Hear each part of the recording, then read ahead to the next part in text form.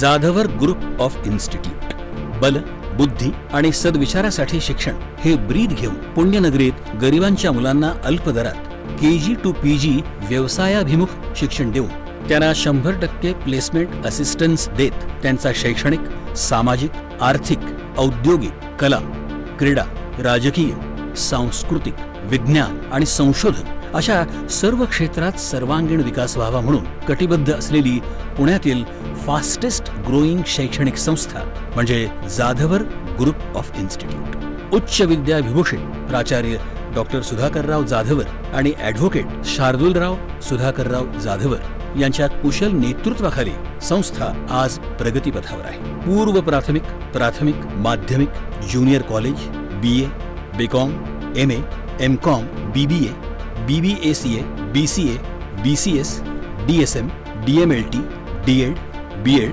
BSc Plain, BSc Data Science, BSc Fashion Designing, BSc Artificial Intelligence and Machine Learning, BSc Cyber Security and Digital Science, MSc Computer Application, MSc Computer Science, MBA, PGDM, BA LLB, LLB, ANM, GNM and International School असे एकाच छताखाली विविध अभ्यासक्रम या संस्थेच्या विविध कॅम्पसमध्ये शिकवले जातात। यशवंतराव चव्हाण महाराष्ट्र मुक्त विद्यापीठ आणि सावित्रीबाई फुले पुणे विद्यापीठ या दोन्ही विद्यापीठांचे सर्व एक्सटर्नल अभ्यासक्रमही इथे उपलब्ध आहेत। शिवाय बदलत्या काळाचा विचार करून संस्थेत ॲक्टिंग, डान्स, सिंगिंग, फोटोग्राफी आणि स्किल डेव्हलपमेंटचे विविध कोर्सेस शिकवले जातात। तर योगा, मेडिटेशन यासारखे वर्ग कॅम्पसमध्येच घेतले जातात। तसंच 9वी आणि 10वीच्या विद्यार्थ्यांना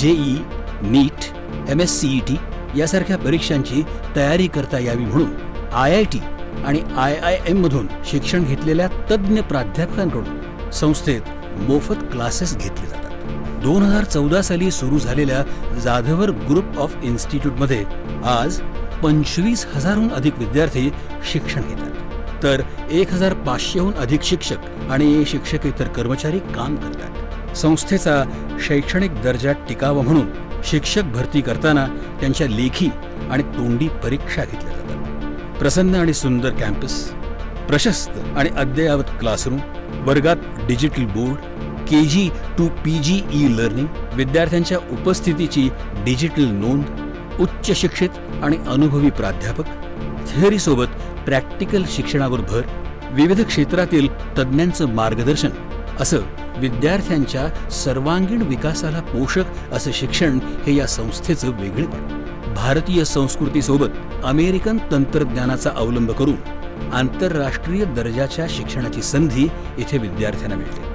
सशक्त युवा, सशक्त राजकारण, सशक्त भारत व्हावा या उद्देशाने त्यांनी गेल्या 2016 सालापासून युवा संसद सुरू केली आहे। महाराष्ट्र आणि गोवा या राज्यातनं या संसदेत विद्यार्थी सहभागी होतात।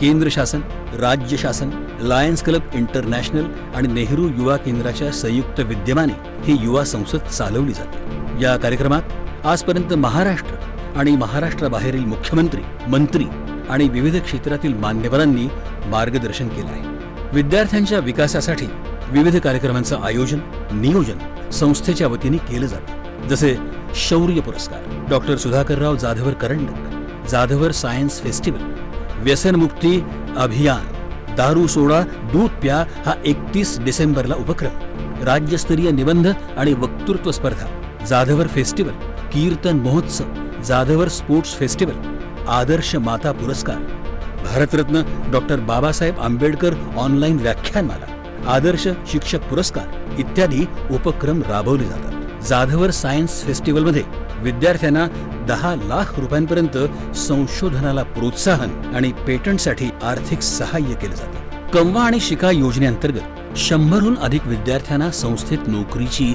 संधी दिली जाते। आर्मी, पोलीस, पत्रकार, फायर ब्रिगेड, ॲम्ब्युलन्स चालक या क्षेत्रात काम करणाऱ्या पालकांच्या मुलांना या शैक्षणिक संस्थेत KG to PG पर्यंत शैक्षणिक शुल्कात 50% सवलत दिली जाते, तर मुलींसाठी 11वी ते PhD पर्यंतच्या शिक्षणासाठी विशेष स्कॉलरशिप दिली जाते। आज कुठल्याही शैक्षणिक संस्थेचा दर्जा हा तेथील विद्यार्थ्यांना मिळणाऱ्या प्लेसमेंट आणि पॅकेजवर गणला जातो। Bajaj Allianz, HDFC bank, Volkswagen, Force Motors, Cognizant, Jio, Vodafone, IBM, L&T Infotech, Finolex Cable, Flipkart, Tata Capital, Tata AIG, Wipro तसंच Sahyadri hospital, Ruby Hall Clinic अशा नामांकित कंपन्या दरवर्षी या संस्थेतील विद्यार्थ्यांना कॅम्पसमध्ये मुलाखती घेऊन नोकरीच्या संधी देतात। 100% विद्यार्थ्यांना इंटर्नशिपसाठी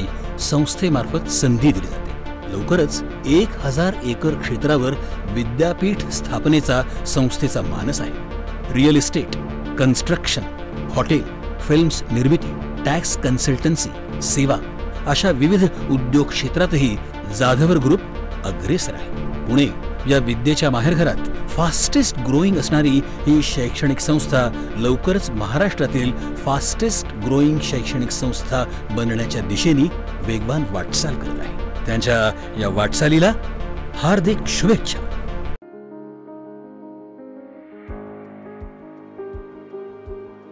प्राध्यापक डॉक्टर स्वप्नील गायकवाड हे शैक्षणिक आणि सामाजिक क्षेत्रात आपल्या अभ्यासू वृत्तीमुळे ओळखले जातात। प्रभावी वक्तृत्व आणि स्पष्ट विचारशक्तीच्या जोरावर त्यांनी शिक्षक, मार्गदर्शक आणि विचारवंत म्हणून स्वतःची वेगळी ओळख निर्माण केली आहे। डॉक्टर स्वप्नील गायकवाड यांनी M.Com, B.Ed आणि PhD करत आपले उच्च शिक्षण पूर्ण केले। त्यानंतर ते सहयोगी प्राध्यापक म्हणून पुण्यातील कला व वाणिज्य महाविद्यालयात कार्यरत झाले। जवळपास 15 वर्षांहून अधिक काळ त्यांनी वरिष्ठ महाविद्यालयात वाणिज्य विषयातील अध्यापन केले आहे। मात्र आपल्या ज्ञानाच्या कक्षा वृंदावत महाविद्यालयीन चौकटीतील शिक्षणाला सामाजिक स्वरूप देण्यासाठी ते विविध ठिकाणी अभ्यासपूर्ण व्याख्यानेही देत असतात। वृत्तपत्रांमधील सटीक लेखन आणि वृत्तवाहिन्यांवरील अभ्यासपूर्ण संवाद यातूनही त्यांची सामाजिक बांधिलकी अधोरेखित होते। छत्रपती शिवाजी महाराज, महात्मा ज्योतिबा फुले, संत कबीर, डॉक्टर बाबासाहेब आंबेडकर, गौतम बुद्ध, अण्णाभाऊ साठे, कर्मवीर भाऊराव पाटील, जिजाऊ माँसाहेब, स्वामी विवेकानंद या महापुरुषांवर त्यांनी अनेक व्याख्याने दिली आहेत। चित्रपट परीक्षण हा सुद्धा डॉक्टर गायकवाड यांच्या अभ्यासाचा विषय आहे। भारतीय चित्रपट सृष्टीला 100 वर्षे पूर्ण झाल्यानिमित्ताने गेल्या 100 वर्षातील मराठी चित्रपटांचा अभ्यास यावर त्यांनी आपले PhDचे संशोधन पूर्ण केले आहे। आपल्या सामाजिक जाणीवा विस्तारताना समाजामध्ये उच्च विचार रुजवण्याचे कार्य प्राध्यापक डॉक्टर स्वप्नील गायकवाड यांच्याकडून घडत आहे। त्यांच्या या अभ्यासू वृत्तीचा आणि प्रेरणादायी प्रवासाचा जाधवर ग्रुप ऑफ इन्स्टिट्यूटला अभिमान वाटतो। आपल्या पुढील वाटचालीसाठी इन्स्टिट्यूटच्या वतीने अनेक शुभेच्छा।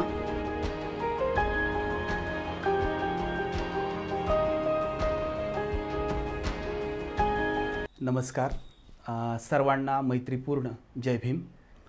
आज doctor Sudhakar Jadhavar group of इन्स्टिट्यूटच्या माध्यमातून 5वी डॉक्टर बाबासाहेब आंबेडकर ऑनलाईन व्याख्यानमाला या ठिकाणी संपन्न होत आहे। त्यामध्ये आज मी डॉक्टर बाबासाहेब आंबेडकर यांचं महिला मुक्तीबाबतचं जे काही तत्त्वज्ञान आहे किंवा भारतीय महिलांचे मुक्तिदाते डॉक्टर बाबासाहेब आंबेडकर या विषयावरती मी प्रकाश टाकणार आहे। डॉक्टर बाबासाहेब आंबेडकर म्हटलं की आपल्यासमोर लक्षात येतं की प्रकांड पंडित, थोर कायदेतज्ञ, कामगार, मजुरांचे, अल्पसंख्याकांचे, अनुसूचित जाती जमातीचे आणि स्त्रियांचे पाठीराखे असे डॉक्टर बाबासाहेब आंबेडकर आपल्या भारतामध्ये जन्माला आले, ज्यांनी MA, PhD, DSc, LLD, bar at law अशा पदव्या घेतल्या। लंडन स्कूल ऑफ इकॉनॉमिक्समधून त्यांनी आपलं शिक्षण पूर्ण केलं। कोलंबिया विद्यापीठामध्ये त्यांनी आपली PhDचा प्रबंध सादर केला। तर भीमाई आणि रामजी सपकाळ यांच्या पोटी 14वं रत्न जन्माला आलं, त्याचं नाव ठेवलं भिवा। भिवा अगदी 6 वर्षाचा असताना भिवाची आई ही त्या ठिकाणी वारली, भीमाबाई, आणि रामजी बाबांनी दुसऱ्या व्यक्तीशी लग्न केलं, त्या व्यक्तीचं नाव म्हणजे जिजाबाई. जिजाबाई ही बाबासाहेबांची सावत्र आई होती. आता या ठिकाणी जो आपला विषय आहे की भारतीय समाजातील महिला यांचं उत्थान बाबासाहेबांनी कसं केलं, तर सगळ्यात पहिल्यांदा म्हणजे बाबासाहेब आंबेडकर म्हणतात एखाद्या समाजाची प्रगती ही कधी होत असते, जेव्हा त्या समाजातील स्त्रियांचं शिक्षण किती आहे त्यावरून एखाद्या समाजाची प्रगती होत असते. आणि त्यामुळे बाबासाहेब आंबेडकरांनी त्या ठिकाणी the fall of Hindu woman, annihilation of caste, Hindu code bill अशासारखे ग्रंथ त्या ठिकाणी खास महिलांसाठी लिहिले. दैवावर विश्वास ठेवण्यापेक्षा स्वतःच्या मनगटावर विश्वास ठेवा. 100 वर्ष शेळ्या मेंढ्यांसारखं जगण्यापेक्षा एकच दिवस जगा पण वाघासारखं जगा. शिक्षण हे वाघिणीचं दूध आहे. जो जे प्राशन करील तो गुरगुरल्याशिवाय राहणार नाही. हे बाबासाहेबांचे विचार होते. आता पहिल्यांदा बाबासाहेबांनी अस्पृश्यतेची चळवळ भारतामध्ये सुरू केली. एका अस्पृश्य महिलांच्या सभेमध्ये बाबासाहेब पहिल्यांदा बोलायला लागले आणि त्यांनी भाषणामध्ये काही विचार मांडले. ते म्हटले, अस्पृश्य बाई जर बाळंत झाली तर कुठेतरी शिपायाची जागा रिकामी झाली का, असा तिचा मानस तयार होतो. म्हणजे अस्पृश्य बाईला वाटतं की माझा जो मुलगा आहे, माझ्या पोटी येणारा जो मुलगा आहे तो शिपाई व्हावा किंवा क्लास 4 चं काम करणारा माणूस व्हावा. पण बाबासाहेब आंबेडकर म्हणतात एखादी ब्राह्मण बाई जर बाळंत झाली तर ती काय विचार करते की एखादा जजची जागा कुठे रिकामी आहे का. म्हणजे हा विचारांचा जो काही परीघ आहे तो बाबासाहेबांनी त्या ठिकाणी सांगितला. बाबासाहेबांनी त्या अस्पृश्य महिलांना सांगितलं की तुम्ही चांगले कपडे घाला, स्वच्छ राहा, रोज आंघोळ करा, मेलेल्या मृत जनावरांचं मांस खाऊ नका आणि दागिना जर तुम्हाला घालायचा तर सोन्याचा घाला.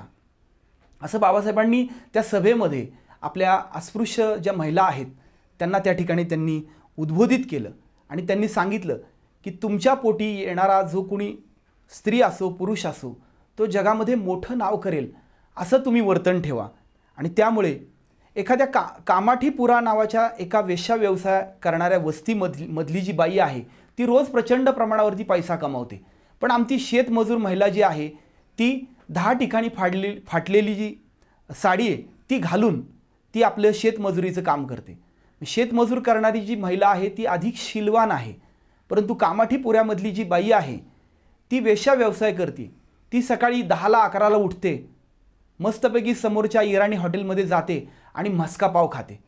परंतु समाजाचा त्या बाईकडे बघण्याचा दृष्टिकोन हा अतिशय हीन आहे. परंतु शेतमजूर बाईकडे बघण्याचा दृष्टिकोन समाजाचा अतिशय चांगला आहे, कारण ती शीलवान आहे. बाबासाहेब म्हणतात माझ्या आईला मी 14वं मूल जन्माला आलो, परंतु त्या आईची अवस्था काय झाली असेल. त्यामुळे 1 किंवा 2 बाळांना आपण जन्म दिला पाहिजे, कारण त्या माऊलीचं त्या ठिकाणी माऊली ही मुलं जन्माला घालणारी मशीन असल्यासारखी होते. त्यामुळे बाबासाहेब म्हणतात की आपण 1 किंवा 2 मुलांवरतीच थांबायला हवं, हे बाबासाहेब 100 वर्षापूर्वी म्हणतात. आणि त्यामुळे सगळ्यात पहिल्यांदा म्हणजे मुलं फक्त भारंभार जन्माला घालायची आणि त्यांना चांगलं खाऊ पिऊ घालायचं नाही, त्यांना चांगले संस्कार द्यायचे नाही, त्यांना चांगलं शिक्षण द्यायचं नाही, याला काही अर्थ नाही. त्यामुळे बाबासाहेब म्हणतात 1 किंवा 2 मूल तुम्ही जन्माला घाला, त्यांना चांगले संस्कार द्या, चांगलं शिक्षण द्या आणि सगळ्यात महत्त्वाचं म्हणजे आरोग्यपूर्ण त्यांचं जीवन कसं होईल याच्याकडे लक्ष द्या. त्यामुळे नवरा बायकोंच्या बाबतीत बाबासाहेबांनी खूप छान सांगितलेलं आहे की नवरा आणि बायको हे एकमेकांचे मित्र असले पाहिजेत, त्यांच्यामध्ये मैत्रीपूर्ण नातं असलं पाहिजे आणि मैत्रीपूर्ण सहजीवन असं म्हटलेलं आहे. कोणी मोठा नाही, कोणी लहान नाही. नवरा हा बायकोचा मित्र असला पाहिजे, बायको ही नवऱ्याची मैत्रीण असली पाहिजे, असं बाबासाहेब त्या ठिकाणी सांगतात. जाती व्यवस्थेमध्ये बाबासाहेब सांगतात की आपल्या देशामध्ये विशेषतः हिंदू धर्मामध्ये 6000 जाती आहेत, परंतु महिलांना मात्र कुठलीही जात नाही. महिला ही एखाद्या व्यक्तीबरोबर आंतरजातीय विवाह करते, पुन्हा ती त्या नवीन जातीमध्ये जाते. त्यामुळे बाबासाहेब म्हणतात की महिला ह्या जातीव्यवस्थेच्या प्रवेशद्वारासमोर उभ्या आहेत, असं बाबासाहेब म्हणतात. एकेकाळी केरळमध्ये दलित आणि अस्पृश्य स्त्रियांना आपलं स्तन झाकण्याचा सुद्धा अधिकार नव्हता. तो अधिकार टिपू सुलतान यांनी मिळवून दिला. त्या काळामध्ये केरळमध्ये स्तनाचा कर म्हणजे जर तुम्ही चोळी घातली, ब्लाऊज घातला तर तुम्हाला कर द्यावा लागत असे. त्यामुळे अस्पृश्य महिलांकडे पैसा नसल्यामुळे त्या कर देऊ शकत नव्हत्या. त्यावेळेस फार मोठी चळवळ झाली. आता बाबासाहेब आंबेडकरांनी नेमकं आपल्या महिलांना काय अधिकार दिले त्याकडे आपण वळूया. पहिल्यांदा आपण मनुस्मृतीमधले काही दाखले देऊ. मनुस्मृती म्हणजे काय? अनेक लोक म्हणतात मनुस्मृती म्हणजे नेमकं काय आहे, तर अनेक लोकांना माहिती नसतं. मनुस्मृती म्हणजे मध्ययुगीन काळामधली एक राज्यघटना होती. ती संपूर्ण भारताला लागू होती. विशेषतः भारतातील हिंदूंना मनुस्मृती लागू होती. आता या मनुस्मृतीमध्ये नेमकं काय लिहिलं होतं ते आपण काही महत्त्वाची त्याच्यामधले काही श्लोक आहेत ते मी पहिल्यांदा सांगतो आणि बाबासाहेबांनी नेमकं स्त्रियांच्या बाबतीत काय काम केलं ते आपण पाहणार आहोत. व्यभिचार हा स्त्रीचा स्वभाव आहे. अध्याय 9 श्लोक 19. म्हणजे व्यभिचाराशिवाय स्त्री जगू शकत नाही असं मनू हा मनुस्मृतीमध्ये म्हणतो. लग्नात कन्यादान होते त्यामुळे ती पतीची मालकी होते. ती जी स्त्री आहे ती वस्तू म्हणून त्या पुरुषाला वापरता येते. अध्याय 5 श्लोक 152 मध्ये म्हटलेले. स्त्रियांना वेदाचा शिक्षण घेण्याचा, वाचन करण्याचा, संस्कृत श्रुतींचा अर्थ लावण्याचा आणि अभ्यासक होण्याचा अधिकार मनूने दिलेला नाही. अध्याय 9 श्लोक क्रमांक 18. विवाहाच्या आधी पित्याने, तदनंतर पतीने आणि म्हातारपणी पुत्राने स्त्रीचं रक्षण करावं असं मनू अध्याय 6 मध्ये श्लोक क्रमांक 3 मध्ये म्हणतो. पहिली पत्नी वारली तर तिचं दहन करून लगेच त्या व्यक्तीने दुसरं लग्न करावं. ज्यांना फक्त मुलीच झाल्या आहेत त्यांच्या मुलीशी कोणीही लग्न करू नये असा मनू म्हणतो. माता, बहीण, कन्या यासोबत पुरुषाने एकांतात बसू नये. नवऱ्याने बायको सोडली अथवा विकली तरी तिच्यावरची मालकी त्याची अबाधित राहते असं मनू म्हणतो. पुरुषांना पाहिल्याबरोबर संभोगाविषयी अभिलाषा निर्माण होते हा स्त्रियांचा स्थायी भाव आहे. स्त्रिया ह्या चंचल असतात. स्त्रिया रूप पाहत नाहीत. पुरुष सुस्वरूप असो अथवा कुरूप असो ते न पाहता स्त्रिया फक्त त्या पुरुषाचा भोग घेतात असं मनू त्या ठिकाणी अध्याय 9 आणि श्लोक क्रमांक 14 मध्ये म्हणतो. स्त्रियांबाबत इतके भयानक विचार मनुस्मृतीमध्ये मनूने मांडले आहेत आणि ते आजपर्यंत बरेच लोक मनुस्मृती न वाचता सुद्धा या मनूच्या विचारांचं पालन करत आहेत. स्त्रीबाबत मनूने गौरवोद्गार देखील काढला आहे. यत्र नार्यस्तु पूज्यन्ते रमन्ते तत्र देवता असं मनुस्मृतीमध्ये म्हणतो. याचा अर्थ असा होतो की स्त्रिया जिथे वास करतात तिथे लक्ष्मी सदा वास करते असं मनूचं म्हणणं आहे. आता डॉक्टर आंबेडकर ज्यावेळेस व्हॉइसरॉयच्या मजूर मंत्री म्हणून, PWD मिनिस्टर म्हणून, जलमंत्री म्हणून काही खाती त्यांच्याकडे होती त्यावेळेस ते खाण मंत्रीसुद्धा होते. तर ते एकदा भेटायला गेले, एका खाणीला भेट द्यायला गेले. पूर्णपणे डोंगर फोडून आतमध्ये खाण असते ते संपूर्ण खाली गेले आणि त्यांचा श्वास कोंडला. त्यावेळेस त्यांच्या लक्षात आलं की एक बाई पोटुशी होती. बहुतेक तिचा 9वा महिना चालू असेल. तेव्हा बाबासाहेबांनी तिची अत्यंत त्यांना वाईट वाटलं आणि ते म्हटले की खाणकामामध्ये मी आता महिलांना मज्जाव करण्याचा कायदा निर्माण करतो. म्हणजे खाणकामांमध्ये ज्यावेळेस श्वास कमी पडतो तिथे फक्त पुरुषांना अलाउड असेल असा कायदा बाबासाहेबांनी केला. 1947 पासून 4 वर्ष 1 महिना 6 दिवसात बाबासाहेबांनी हिंदू कोड बिल तयार केलं. आता हिंदू कोड बिल म्हणजे काय? भारतीय समाजामध्ये विशेषतः हिंदू महिलांना मनूने जे अधिकार दिले नव्हते ते अधिकार देण्यासाठी बाबासाहेबांनी कायदे मंत्री असताना संसदेमध्ये हिंदू कोड बिल मांडलं. आता हिंदू कोड बिलामध्ये नेमकं काय होतं ते आपण स्टेप बाय स्टेप पाहूया. पुरुष आणि महिला यांना समान काम समान वेतन, म्हणजे एखादा पुरुष आहे म्हणून त्याला जास्त वेतन देता येणार नाही आणि एखादी महिला आहे म्हणून तिला कमी वेतन देता येणार नाही असा कायदा बाबासाहेबांनी पंडित जवाहरलाल नेहरूंना करायला सांगितला. गर्भधारणा झाल्यावर भर पगारी रजा. एखाद्या व्यक्तीला म्हणजे एखाद्या स्त्रीला गर्भधारणा झाली तर त्या काळामध्ये तिला प्रेग्नन्सी लीव्ह देण्याचा कायदा बाबासाहेबांनी केला. सगळ्यात महत्त्वाचं म्हणजे वडिलोपार्जित इस्टेटीमध्ये महिलांना वाटा. पूर्वीच्या काळी फक्त पुरुषांना वाटा दिला जायचा वडिलोपार्जित इस्टेटीमध्ये, पण बाबासाहेबांनी मात्र सांगितलं की वडिलांची जी इस्टेट आहे त्याच्यामध्ये 4 भाऊ असतील, 1 बहीण असेल तर त्या बहिणीला सुद्धा समान वाटा द्यावा असं बाबासाहेबांनी हिंदू कोड बिलामध्ये सांगितलं. महत्त्वाचं म्हणजे एक 2 वादग्रस्त जे काही कायदे आहेत ते त्यावेळच्या हिंदू पंडितांना आणि त्यावेळच्या समाजव्यवस्थेला ते फार त्रासदायक वाटले. ते म्हणजे महिलेला घटस्फोट घेण्याचा अधिकार आहे. त्यावेळेसचे सगळे पंडित, पुढारी आणि ब्राह्मण प्रचंड प्रमाणावरती बाबासाहेबांवर चिडले आणि म्हणले, तुम्ही आमची हिंदू समाजव्यवस्था निकालात काढायला निघाले आहात.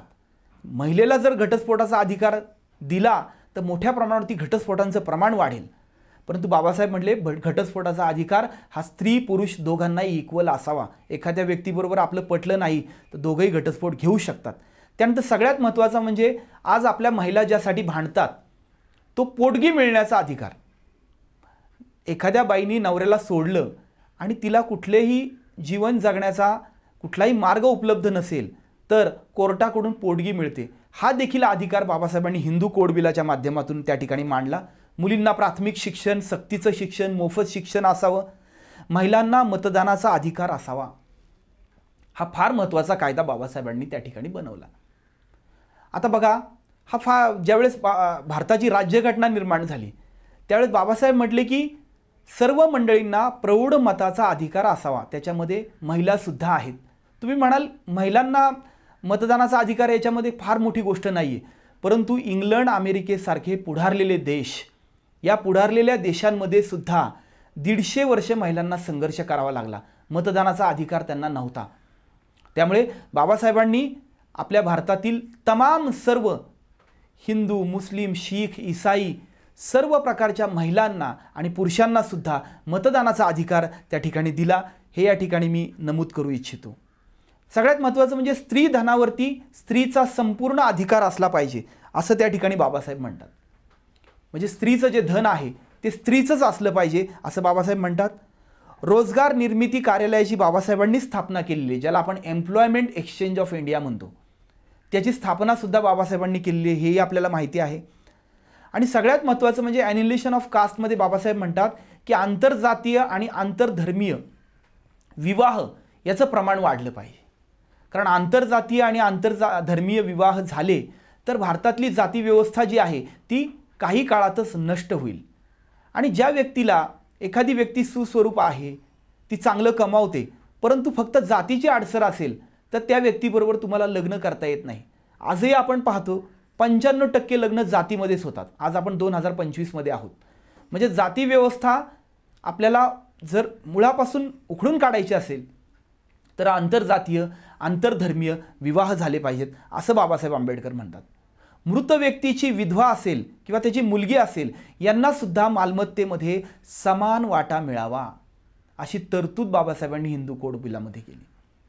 आणि सगळ्यात महत्त्वाचं म्हणजे पूर्वी फक्त पुरुष बालक दत्तक घेण्याचा अधिकार होता, परंतु बाबासाहेब म्हणले एखादं स्त्री बालक आहे ते स्त्री बालकसुद्धा आपण दत्तक घेऊ शकतो. हिंदू कोड बिलामध्ये 4 कलमं फक्त मंजुरीसाठी पुढे ठेवण्यात आली. जेव्हा बाबासाहेबांनी कायदे मंत्रीपदाचा राजीनामा दिला अक्षरशः, कारण पंडित जवाहरलाल नेहरू हे ऐकत नव्हते. बाबासाहेबांना म्हटले की हिंदू कोड बिल हे अतिशय क्रांतिकारक आहे, परंतु आत्ता साल आहे 1951 आणि नुकतीच आपल्या देशाची फाळणी झालेली आहे. मोठ्या प्रमाणावरती अजून राज्यकारभार नीट सुरू झालेला नाही आहे. आणि तुम्ही हे डॉक्टर आंबेडकर जे काही कायदे बनवताय, भारतातल्या विशेषतः हिंदू महिलांसाठी कायदे बनवताय, या कायद्यातून आपली समाजव्यवस्था उद्ध्वस्त होऊ शकते. त्यामुळे अनेक ब्राह्मण पंडितांनी, विशेषतः करपात्री महाराज यांनी बाबासाहेबांच्या आणि पंडित जवाहरलाल नेहरूंच्या विरोधात देशभर मोर्चे काढले. संपूर्ण देशामध्ये पेटवापेटवी सुरू झाली. डॉक्टर आंबेडकर मुर्दाबाद, पंडित नेहरू मुर्दाबाद, हिंदू कोड बिल वापस लो, हिंदू कोड बिल वापस लो. प्रचंड प्रमाणावरती गदारोळ निर्माण झाला. संसदेमध्ये सुद्धा गदारोळ निर्माण झाला आणि संसदेच्या बाहेर सुद्धा गदारोळ निर्माण झाला. आणि त्यावेळेस निवडणुका तोंडावर असल्यामुळे पंडित जवाहरलाल नेहरू यांनी सर्व सनातनी ब्राह्मण आणि सनातनी कडव्या हिंदूंसमोर नांगी टाकली आणि त्यांनी हिंदू कोड बिलातील केवळ 4 कलमं मंजूर करण्याचं त्या ठिकाणी बाबासाहेबांना आश्वासन दिलं. बाबासाहेब अत्यंत व्यथित झाले आणि त्यावेळेस त्यांनी 27 सप्टेंबर 1951ला कायदे मंत्रीपदाचा राजीनामा दिला. बघा, म्हणजे छोटासा नगरसेवक, खासदार, आमदार याचा राजीनामा द्यायला लोक तयार होत नाहीत. लालबहादूर शास्त्रींनी एकदा रेल्वेचा अपघात झाला त्यावेळेस राजीनामा दिला होता. आणि बाबासाहेबांचं एक उदाहरण आहे. बाबासाहेब म्हणले, माझ्या या देशातल्या मायमाऊल्या आहेत, माझ्या या हिंदू महिलांना हजारो वर्षे इथल्या सनातनी ब्राह्मणी व्यवस्थेने हक्कांपासून दूर ठेवले आणि ते अधिकार त्यांना मिळवून देण्यामध्ये मी कायदेमंत्री म्हणून जर असमर्थ ठरत असेल तर मी कशासाठी या पदावरती राहू. तेव्हा बाबासाहेबांनी ओबीसींना रिझर्वेशन मिळत नाही म्हणून आणि महिलांना या देशातल्या हिंदू कोडबिलानुसार त्या ठिकाणी त्यांच्यासाठी कायदे बनत नाहीत म्हणून 1951 साली अत्यंत व्यथित होऊन राजीनामा दिला. त्याच्या आधी एक गोष्ट घडली. बाबासाहेब ज्या दिल्लीच्या बंगल्यावरती राहत होते त्यावेळेस अनेक सवर्ण ब्राह्मण स्त्रिया बाबासाहेबांच्या घरी मोर्चा घेऊन आल्या आणि त्यांनी मोठमोठ्यांनी घोषणा दिल्या, doctor Ambedkar Hindu code bill मागे घ्या, doctor Ambedkar Hindu code bill मागे घ्या. बाबासाहेबांनी त्या सगळ्या मायमाऊल्यांना आपल्या बंगल्याच्या व्हरांड्यात बसवलं, खुर्च्यांवर बसवलं, सर्वांना चहा पाण्याची व्यवस्था केली आणि त्यांना हात जोडून विचारलं, मायमाऊल्यांना तुम्हाला हिंदू कोड बिल माहिती आहे का? तर सगळ्या भगिनी ज्या होत्या त्या म्हटल्या, बाबासाहेब आम्हाला हिंदू कोड बिल माहिती आहे. बरं ते कशासाठी आहे? ते म्हटल्या, आमच्या हक्क अधिकारांसाठी आहे. परंतु या बाबासाहेब आंबेडकर म्हटले, मग तुमच्या हक्क अधिकारांसाठी मग तुम्ही मोर्चा घेऊन का आला माझ्या बंगल्यावर? तर त्या म्हणाल्या, आमचे जे काही काय म्हणूया हजबंड आहेत, आमचे जे नवरे आहेत, त्यांनी आम्हाला सांगितलं की डॉक्टर आंबेडकरांच्या विरुद्ध मोर्चा काढा, नाही काढला तर आम्ही तुम्हाला घटस्फोट देऊ. त्यामुळे अत्यंत व्यथित मनोवृत्तीने आम्ही तुमच्याकडे आलोय. तुम्हाला सांगतो, बाबासाहेब आंबेडकर आणि त्या सर्व महिला हमसून हमसून बाबासाहेब आंबेडकर रडत होते. हा अत्यंत कठीण प्रसंग बाबासाहेबांच्या जीवनामध्ये झाला की ज्यांच्यासाठी कायदे करत होते त्या सवर्ण ब्राह्मण स्त्रिया तिथे येतात आणि बाबासाहेबांना म्हणतात हिंदू कोड बिल वापस लो. हा आपल्या पुरुष सत्ताक व्यवस्थेचा त्या ठिकाणी विजय आहे असं मला त्या ठिकाणी म्हणायचं आहे. हिंदू बिलातून स्वतंत्र 4 कायदे निर्माण झाले. त्यातला पहिला निर्माण झाला the Hindu marriage act 1955, the Hindu succession act 1956, the Hindu minority and guardian act 1956, the Hindu adoption and maintenance act 1956. हे या ठिकाणी कायदे पंडित जवाहरलाल नेहरूंनी त्या ठिकाणी बनवले. आजही 2025 पर्यंत बाबासाहेबांनी बनवलेल्या हिंदू कोड बिलातील संपूर्ण कायदे तयार झाले नाहीत. त्याच्यामधले जवळजवळ 10% कायदे आजही झाले नाहीत, जे बाबासाहेबांनी 4 वर्ष मेहनत घेऊन 1947 ते 1951 या काळात जे हिंदू कोड बिल तयार केलं. अनेक सरकार आली, VP सिंगचं सरकार आलं, शरद पवारांचं सरकार त्या ठिकाणी महाराष्ट्रामध्ये आलं, त्यांनी महिलांना रिझर्वेशन देण्याचा प्रयत्न केला. हा सुद्धा विचार हिंदू कोड बिलामधलाच होता. तर आजही या क्रांतिकारक हिंदू कोड बिलाबद्दल ते संपूर्ण कायदे महिलांचे होऊ शकत नाहीत. परंतु लोकशाहीमध्ये बाबासाहेब म्हणले, ज्यावेळेस बाबासाहेब संसदेमध्ये चर्चा करत होते, इतर खासदारांशी, मंत्र्यांशी आणि ब्राह्मण पंडितांशी चर्चा करत होते, त्यावेळेस बाबासाहेब म्हणले, अरे बाबांनो, मनूने सुद्धा स्त्रियांना संपत्तीमध्ये हक्क देण्याचं कबूल केलेलं आहे. ज्यांनी मनूने इतकं स्त्रियांबद्दल उलटंपालटं लिहिलेले, उलटेपालटे कायदे मनूने बनवले, तो मनू सुद्धा म्हणतो की स्त्रियांना संपत्तीमध्ये अधिकार द्या. मग तुम्ही कोण आहात? लोकशाहीमध्ये जर आपण एखाद्या शेणाच्या ढिगाऱ्यावरती जर आपण महाल बांधत असू तर लवकरच तो महाल, तो बंगला त्या ठिकाणी काय होऊ शकतो? उद्ध्वस्त होऊ शकतो. त्यामुळे आपण लवकरात लवकर येथील माय माऊल्यांना, इथल्या महिला भगिनींना त्या ठिकाणी काय दिला पाहिजे? हिंदू कोड बिलानुसार सर्व अधिकार दिले पाहिजेत. 1927ला डॉक्टर बाबासाहेब आंबेडकर रायगडाच्या पायथ्याशी मनुस्मृती जाळतात. आता तुम्ही म्हणाल, मनुस्मृती जाळली म्हणून झालं काय? आज मनुस्मृती बाजारामध्ये मिळत नाहीत का? मनुस्मृतीच्या लाखो कॉपी बाजारपेठेमध्ये मिळतात. पण बाबासाहेब जे हजारो पुस्तकांचं लिखाण करणारे, 22 तास अभ्यास करणारा व्यक्ती एक पुस्तक का जाळतो? कारण त्या मनुस्मृतीमध्ये शूद्र, अतिशूद्रांना आणि महिलांना कुठलेही अधिकार नव्हते. आणि त्यामुळे एक प्रतीक म्हणून त्या मनुस्मृतीची बाबासाहेब सहस्त्रबुद्धे नावाच्या एका ब्राह्मणाच्या हस्तेच त्या मनुस्मृतीची होळी करतात. आणि ते देखील कुठं करतात? रायगडाच्या पायथ्याशी करतात. कारण छत्रपती शिवाजी महाराजांना इथल्या भटभिक्षुक व्यवस्थेने शूद्र ठरवलं आणि त्या ठिकाणी त्यांचा जो राज्याभिषेक आहे ते करण्याची परवानगी दिली नाही. हा सगळा किस्सा रायगडावरती घडला. म्हणून बाबासाहेब आंबेडकर रायगडाच्या पायथ्याशी मनुस्मृतीचं दहन करतात. आता बघा, सगळ्यात महत्त्वाचं म्हणजे विक्रम गोखले नावाचे एक कलाकार होऊन गेले. त्यांनी एक मत मांडलं होतं मध्यंतरीच्या काळामध्ये, आत्ता वारले बिचारे. ते म्हणले हिंदूंच्या देवारामध्ये डॉक्टर आंबेडकरांची प्रतिमा सवर्ण हिंदू स्त्रियांनी लावावी आणि डॉक्टर आंबेडकरांची पूजा करावी. हे कदाचित वादग्रस्त विधान असेल. किंवा राखी पौर्णिमेला हा जो काही आपल्या सख्या भावाला जर आपण ओवाळतोच, परंतु बाबासाहेबांच्या प्रतिमेला इथल्या सवर्ण हिंदू स्त्रियांनी तिची पूजा करावी, त्या प्रतिमेचं गोडवं गावं, असं विक्रम गोखले त्या ठिकाणी म्हणतात. आज आपण बघतो लता मंगेशकर असतील, पी.टी. उषा असतील, माधुरी दीक्षित असतील, हेमा मालिनी असतील, इंदिरा गांधी असतील, प्रतिभा पाटील असतील किंवा मायावतीसुद्धा असतील. अनेक प्रकारच्या महिला आपल्या भारतामध्ये वेगवेगळ्या पदांवरती गेल्या, त्या राज्यघटनेच्या बळावरती गेल्या. स्त्रियांचं प्रमाण राजकारणामध्ये, नोकऱ्यामध्ये आजही नगण्यच आहे. परंतु या सर्व स्त्रिया कधीही डॉक्टर आंबेडकरांचं नाव घेताना मला तरी दिसल्या नाहीत. त्याचं कारण असेल एकतर अज्ञान, किंवा दुसरं कारण असेल डॉक्टर आंबेडकर वाचलेच नाहीत, किंवा तिसरं कारण असेल डॉक्टर आंबेडकरांचा द्वेष. म्हणजे भारतामधलं हे अतिशय दुर्मिळ उदाहरण आहे ज्या स्त्रियांसाठी बाबासाहेब आंबेडकरांनी इतके उपकार करून ठेवलेत, त्या डॉक्टर आंबेडकरांचं नावही आज भारतातील स्त्रिया घ्यायला तयार नाहीत, काही अपवाद वगळता. मनुस्मृतीच्या काळ्या कायद्याने स्त्री जात होती, मात्र डॉक्टर आंबेडकरांच्या संविधानामुळे स्त्री झाली राष्ट्रपती, असं या ठिकाणी मला म्हणूशी वाटतं. तर बाबासाहेब आंबेडकर यांनी मोठ्या प्रमाणावरती स्त्रियांसाठी हे काम केलेलं आहे. र. धो. कर्वे नावाचे फार मोठे समाजसुधारक होते. ते संतती नियमनासाठी फार मोठ्या प्रमाणावरती चळवळ करत होते. त्यांच्यावरती हजारो लोकांनी खटले दाखल केले. बाबासाहेब आंबेडकर र. धो. कर्वे यांचा खटला, बाबासाहेब वकील होते, तर बाबासाहेबांनी त्या ठिकाणी र. धो. कर्वे यांची वकिली केली. र. धो. कर्वे म्हणजे महर्षी धोंडो केशव कर्वे यांचे पुत्र. आणि त्यांनी संतती नियमनासाठी कायदा करावा यासाठी फार मोठा लढा दिला. बाबासाहेब केस हारले, परंतु बाबासाहेब आंबेडकर हे र. धो. कर्वेंच्या बाजूने होते. संतती नियमनाची कायदे, संतती नियमनाची साधनं, सेक्स एज्युकेशन, या सगळ्या गोष्टी आजही किती महत्त्वाच्या आहेत हे आपण पाहतो. आत्ताच 377 कलम त्या ठिकाणी काय म्हणूया, त्याचं थोडंसं परिणामकारकता कमी करून आपल्या देशातील जे काही वेगळा वर्ग आहे, ज्याला आपण LGBTQI समूह म्हणतो, त्यांना देखील राज्यघटनेप्रमाणे अधिकार मिळाले.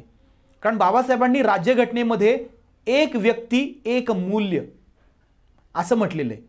म्हणजे व्यक्तीला अधिकार दिलेला आहे. व्यक्ती म्हणजे तो स्त्री असेल, पुरुष असेल किंवा तृतीयपंथीय सुद्धा असतील. तृतीयपंथींना सुद्धा बाबासाहेबांनी राज्यघटनेमध्ये अधिकार दिलेले आहेत. इंदिरा गांधी प्रधानमंत्री होत्या, आणि प्रधानमंत्री होत्या पण त्या विधवा होत्या. तर एकदा एका मंदिरामध्ये इंदिरा गांधी दर्शन घ्यायला गेल्या. तर तिथला जो काही ब्राह्मण पुरोहित आहे तो बाहेर आला. तो म्हटला की तुम्ही पंतप्रधान असताल या देशाच्या, पण तुम्ही विधवा आहात आणि विधवा महिलांना या मंदिरात प्रवेश नाही. म्हणजे बाबासाहेबांची राज्यघटना किंवा बाबासाहेबांनी जे महिलांवरती प्रचंड उपकार केलेत, त्यामुळे महिला या राष्ट्रपती बनू शकतात, महिला या देशाच्या पंतप्रधान बनू शकतात. परंतु इथल्या सनातनी हिंदू परंपरेमध्ये विधवा महिला, मग ती प्रधानमंत्री असली तरी काही नाही, ती इंदिरा गांधी असली तरी काही नाही, त्यांना मंदिरात प्रवेश नाही. आजही आपण पाहतो शबरीमाला मंदिरामध्ये महिलांना प्रवेश नाही. मुस्लिमांचं तर काय सांगायलाच नको. मुस्लिमांच्या मस्जिदमध्ये आजही मुस्लिम महिलांना प्रवेश नाही. त्यामुळे मुस्लिम, ख्रिश्चन, बौद्ध या महिला, आदिवासी महिला, ऊस तोडणी कामगार महिला, या सगळ्यांसाठी बाबासाहेबांचं कार्य हे प्रेरणास्थानी आहे, दीपस्तंभासारखं आहे, असं मला या ठिकाणी नमूद करू इच्छितोय. तर बाबासाहेबांनी थॉट्स ऑन पाकिस्तान नावाचा ग्रंथ लिहिला. हा ग्रंथ बाबासाहेबांनी रमाईला अर्पण केला. रमाई म्हणजे बाबासाहेबांची पत्नी. बाबासाहेबांना ज्यावेळेस बाबासाहेब लंडनला शिक्षणासाठी गेले, सयाजीराव गायकवाड महाराज आणि शाहू महाराज यांनी बाबासाहेबांना स्कॉलरशिप दिली. तर रमाई रात्रभर गवऱ्या थापायची आणि ते पैसे बाबासाहेबांना लंडनला पाठवायचे. रमाईने अत्यंत कुपोषणामध्ये दिवस काढले. रमाई 2-2, 4-4 दिवस जेवायची नाही आणि बाबासाहेबांना झालेली 4 मुलं कुपोषणामध्ये मेली. एवढा मोठा त्याग रमाईचा होता. स्त्रीला आपण आपल्या व्यवस्थेमध्ये माणूस म्हणून न पाहता स्त्रीला एक वस्तू म्हणून पाहतो, एक भोग घेण्याचं यंत्र म्हणून पाहतो. म्हणून ही ब्राह्मणी पुरुष सत्ताक व्यवस्था ठेचण्यासाठी बाबासाहेबांनी प्रचंड प्रयत्न केले. जगातील सर्वच धर्मांनी कमी अधिक प्रमाणामध्ये स्त्रियांना अधिकार देण्याचं नाकारलेलं आहे. त्याला अपवाद आहे वारकरी संप्रदाय आणि बौद्ध संप्रदाय. गार्गी मैत्रेयी सारख्या वैदिक संप्रदायामध्ये काही महिला मोठ्या प्रमाणावरती पुढे गेल्या, संस्कृत वाचून अभ्यास करून पुढे गेल्या, पण तो अपवाद आहे. बौद्ध परंपरेमध्ये आम्रपाली नावाची गणिका, जिला आपण म्हणतो की नृत्य करणारी व्यक्ती, म्हणजे वेश्या म्हटलं तरी आपण हरकत नाही, अशा व्यक्तीला गौतम बुद्धाने अरहंत पद प्राप्त करून दिलं. किंवा वारकरी संप्रदायामध्ये कान्होपात्रा, जनाई, बहिणाबाई अशा स्त्रियांना अतिशय मोठं स्थान आहे. त्यामुळे स्त्री पुरुष समता हा आपल्या भारतातला स्थायी भाव आहे. आणि त्यामुळे महत्त्वाचं म्हणजे आपण स्त्री पुरुष समतावादी असलो पाहिजे. आता अजूनही काही विषय आहेत, ते जाता जाता मी या ठिकाणी सांगतो की आजही काही स्त्रिया म्हणतात की एखाद्या पुरुषाला लैंगिक सुख घेण्याचा अधिकार आहे. क्रांतिकारक विषय हा. मग स्त्री म्हणते मलाही लैंगिक सुख घेण्याचा अधिकार का नाही, याच्यावर चर्चा व्हायला हवी. त्यानंतर स्त्रिया ज्या बॉडी शेमिंग आहेत, बॉडी शेमिंग म्हणजे एखादी स्त्री बुटकी आहे, खूप जाड आहे, तर तिला आपल्या बॉडीबद्दल तिला पण लाज वाटते आणि इतर लोकांनाही तिच्याकडे बघितल्यानंतर घृणा निर्माण होते. तर बॉडी शेमिंग या विषयावरती सुद्धा स्त्रीवादी चळवळीने लक्ष दिलं पाहिजे. त्यानंतर पिंक टॅक्स हा सर्रास घेतला जातो. म्हणजे महिलांसाठी बनवलेले जे प्रॉडक्ट आहेत ते प्रॉडक्टचे पैसे मोठ्या प्रमाणावरती हे उत्पादक कंपन्या घेतात, असाही आहे. त्यासाठी सुद्धा झगडा चाललेला आहे स्त्रीवादी चळवळींनी. किती मुलं जन्माला घालावीत हा निर्णय सुद्धा स्त्रीने स्वतः घ्यावा. त्यानंतर स्त्रीला गर्भपाताचा सुद्धा अधिकार असला पाहिजे. माय बॉडी माय राईट्स, हा सगळ्या गोष्टी या ठिकाणी महत्त्वाच्या आहेत. त्यामुळे आज आपण पाहतोय की डॉक्टर बाबासाहेब आंबेडकर यांनी फार मोठा संघर्ष केलेला आहे. चौदार तळ्याच्या त्या ठिकाणी बाबासाहेबांनी संघर्ष केला. काळाराम मंदिर सर्व समाजासाठी उघडं व्हावं यासाठी संघर्ष केला. अमरावतीचं त्या ठिकाणी मंदिर सर्वांसाठी खुलं व्हावं यासाठी बाबासाहेबांनी संघर्ष केला. आणि महात्मा गांधींनंतर जर आपण पाहिलं तर बाबासाहेबांच्या चळवळीमध्ये सुद्धा मोठ्या प्रमाणात स्त्रिया होत्या. शांताबाई कांबळे, बेबी कांबळे, शांताबाई दाणी या महिला खूप पुढे होत्या, हेही आपण पाहतो. आणि या ठिकाणी मी एक शेवटचा मुद्दा सांगून या ठिकाणी थांबणार आहे. बघा, हुंडा आजही घेणं देणं हा अत्यंत शिष्टाचार बनलेला आहे. हुंडा घेणं देणं हे पाप नसून अनैतिक आहे, हे जोपर्यंत आपल्याला कळत नाही तोपर्यंत आपल्या समाजामध्ये, विशेषतः सवर्ण समाजामध्ये, उच्चभ्रू समाजामध्ये आजही मोठ्या प्रमाणात हुंडा घेतला जातो. विशेषतः आमच्या जैन समाजामध्ये, मराठा समाजामध्ये, त्यानंतर ब्राह्मण समाजामध्ये हुंडा घेणं आणि देणं हे फार पवित्र काम समजलं जातं. त्याला अपवाद असतील अनेक लोक, परंतु हुंडा घेणं आणि देणं त्याच्यामुळे अनेक लोक उद्ध्वस्त झालेली आहेत. त्यामुळे त्या महिलेला ज्यावेळेस तुम्ही तिचं लग्न करता त्यावेळेस तिच्या वाटेची संपत्ती तिला जरूर द्या. त्या स्त्री धनावरती तिचाच अधिकार असू द्या. नाहीतर मग मनू म्हणतो स्त्रीला चांगले चांगले कपडे द्या, स्त्रीला चांगले दागदागिने द्या, परंतु मनू म्हणतो स्त्रीला कुठलंही स्वातंत्र्य देऊ नका. स्त्रीला निर्णय घेण्याच्या प्रक्रियेमध्ये स्त्रीला आणू नका. त्यामुळे स्त्री ही स्वभावतःच व्यभिचारी आहे, मूर्ख आहे, हे मनू म्हणतोच. त्यामुळे न स्त्री स्वातंत्र्य महर्ती असं मनूने म्हटलं होतं.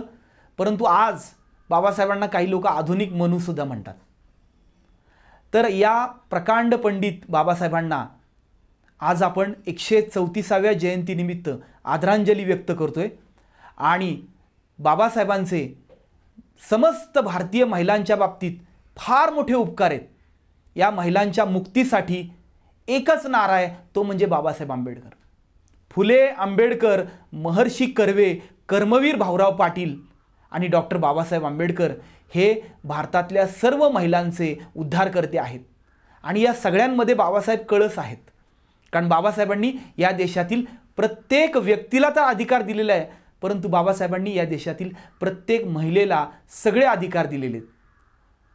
जर आपण रस्त्यावरून चाललो, आपण एखाद्याला पत्ता विचारतो, पत्ता तो सांगतो इकडून राईट जा तिकडून लेफ्ट जा, आपण त्याला जाईपर्यंत 100 वेळा थँक्यू म्हणतो. कितीतरी वेळा आपण म्हणतो थँक्यू सर, थँक्यू तुम्ही आम्हाला पत्ता सांगितला. अरे डॉक्टर बाबासाहेब आंबेडकरांनी हे हजारो वर्ष उपकार फिटणार नाहीत एवढे मोठे उपकार आमच्या भारतीय महिलांवरती करून ठेवलेले आहेत. पण एकदा तरी माझ्या भारतीय महिला, विशेषतः आमच्या सवर्ण ब्राह्मण महिला, आमच्या सर्व प्रकारच्या जैन, बौद्ध, ब्राह्मण, मराठा, माळी सर्व आमच्या महिला बाबासाहेबांना थँक्यू म्हणणार आहेत की नाही, हेच मला या जयंती दिनाच्या निमित्ताने सांगायचे. पुन्हा एकदा माननीय शार्दूल जाधवर सर, सुधाकर जाधवर सर आणि त्यांच्या सर्व टीमचं मी खूप खूप आभार मानतो. या 5व्या ऑनलाईन डॉक्टर बाबासाहेब आंबेडकर व्याख्यानमालेमध्ये मला अर्थात डॉक्टर स्वप्नील गायकवाड मला तुम्ही या ठिकाणी पाचारण केलं आणि माझे विचार मांडण्याची आपण संधी दिली, त्याबद्दल मी कृतज्ञता व्यक्त करतो. जय शिवराय, जय ज्योती, जय भीम, जय भारत.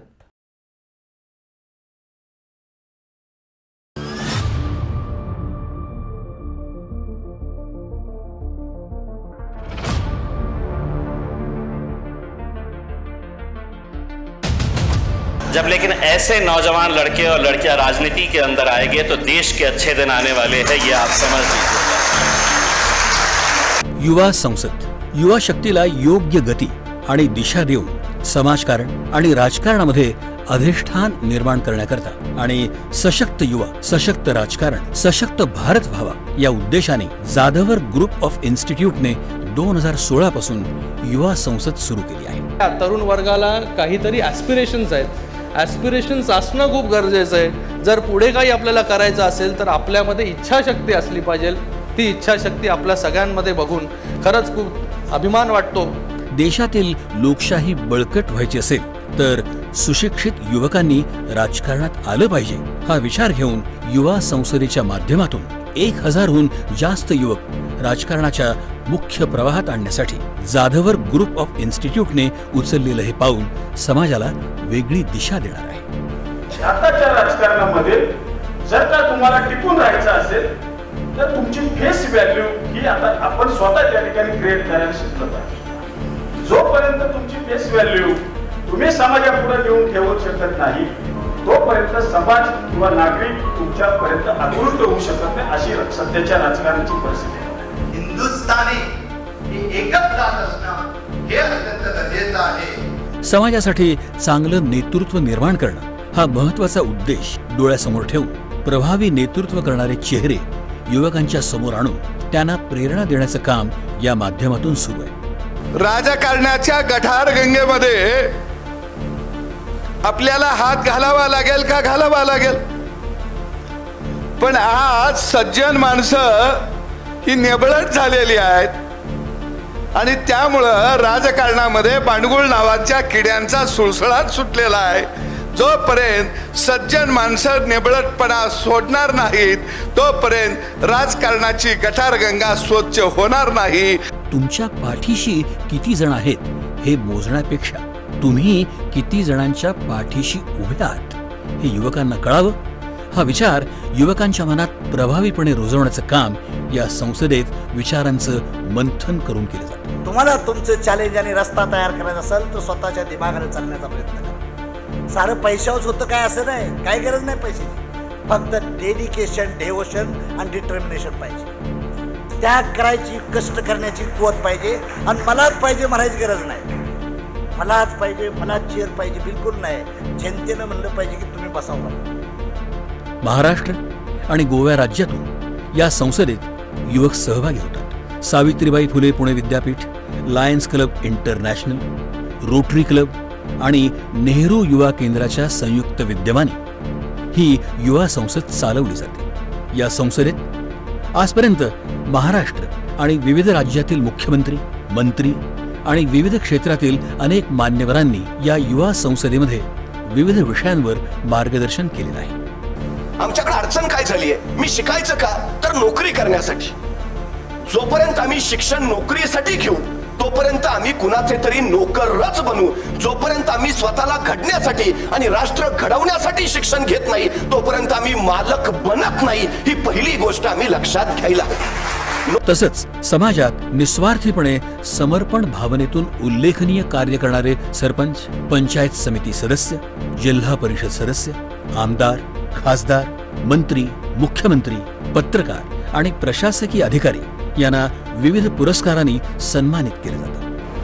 मध्यमवर्ग काय म्हणतं, नको बाबा राजकारण, आम्हाला राजकारण नको, याचं राजकारण घाण आहे. अरे घाण आहे तर साफ करायला उतरा गटारा, तर साफ होईल, लक्षात घ्या. त्यामुळे माझी तरुण मुलांना ही विनंती आहे, आई वडिलांनी जरी सांगितलं राजकारण खराब आहे तर ते अजिबात ऐकू नका.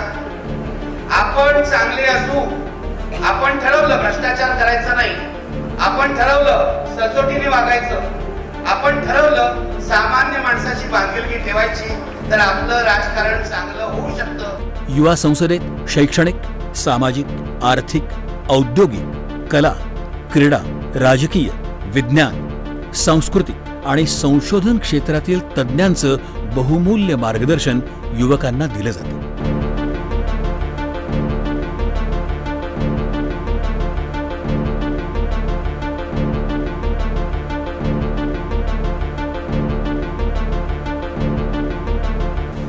मला माहित आहे की इथं जे देशाचे भावी नागरिक आहेत त्यामधूनच कोणी आमदार बनेल, कोणी खासदार बनेल, कोणी जिल्हा परिषद सदस्य बनेल. मग असं सांगितलं शार्दूल आपले पाटीलने की एक मुलगी याच्यातले एक जिल्हा परिषद सदस्य झाले. विविध सामाजिक आणि राजकीय क्षेत्रातील विषयांवर विस्तृतपणे चर्चा करून संबंधित अहवाल विविध राज्यातील राज्यपाल, मुख्यमंत्री आणि संबंधित विभागाचे मंत्री यांना पाठवण्यात येतो. कि मंजिल मिले ना मिले ये मुकद्दर की बात है, हम कोशिश भी ना करें ये गलत बात है. उच्च विद्या विभूषित संस्थापक अध्यक्ष प्राचार्य डॉक्टर सुधाकरराव जाधवर आणि उपाध्यक्ष ॲडव्होकेट शार्दूलराव सुधाकरराव जाधवर यांच्या कुशल नेतृत्वाखाली या संस्थेने राबवलेला युवा संसद हा अभिनव उपक्रम जगात सर्वात मोठा असलेल्या आपल्या देशातील लोकशाही बळकटीकरणाला नक्कीच हातभार लावेल असा विश्वास वाटतो. 40 वर्ष माणसांमध्ये काम केल्यामुळे डोळे माझे खूप शार्प आहेत, कानी माझे खूप शार्प आहेत, ते पटकन विश्लेषण करतात. त्याच वेळेला मला जाणवलं की खूप गट्स असणारा मुलगा आहे, खूप गट्स असणारा मुलगा आहे. आणि आज इथे शांतपणे सगळं त्याचं पाहता पाहता असं लक्षात आलं की हा खूप मोठा माणूस होऊ शकतो. असा या युवा संसदेचा एका अर्थाने संयोजक आणि ह्या ट्रस्टचा उपाध्यक्ष शार्दूल जाधवर ग्रुप ऑफ इन्स्टिट्यूटच्या या प्रयत्नांना असंच यश लाभत राहो ही सदिच्छा.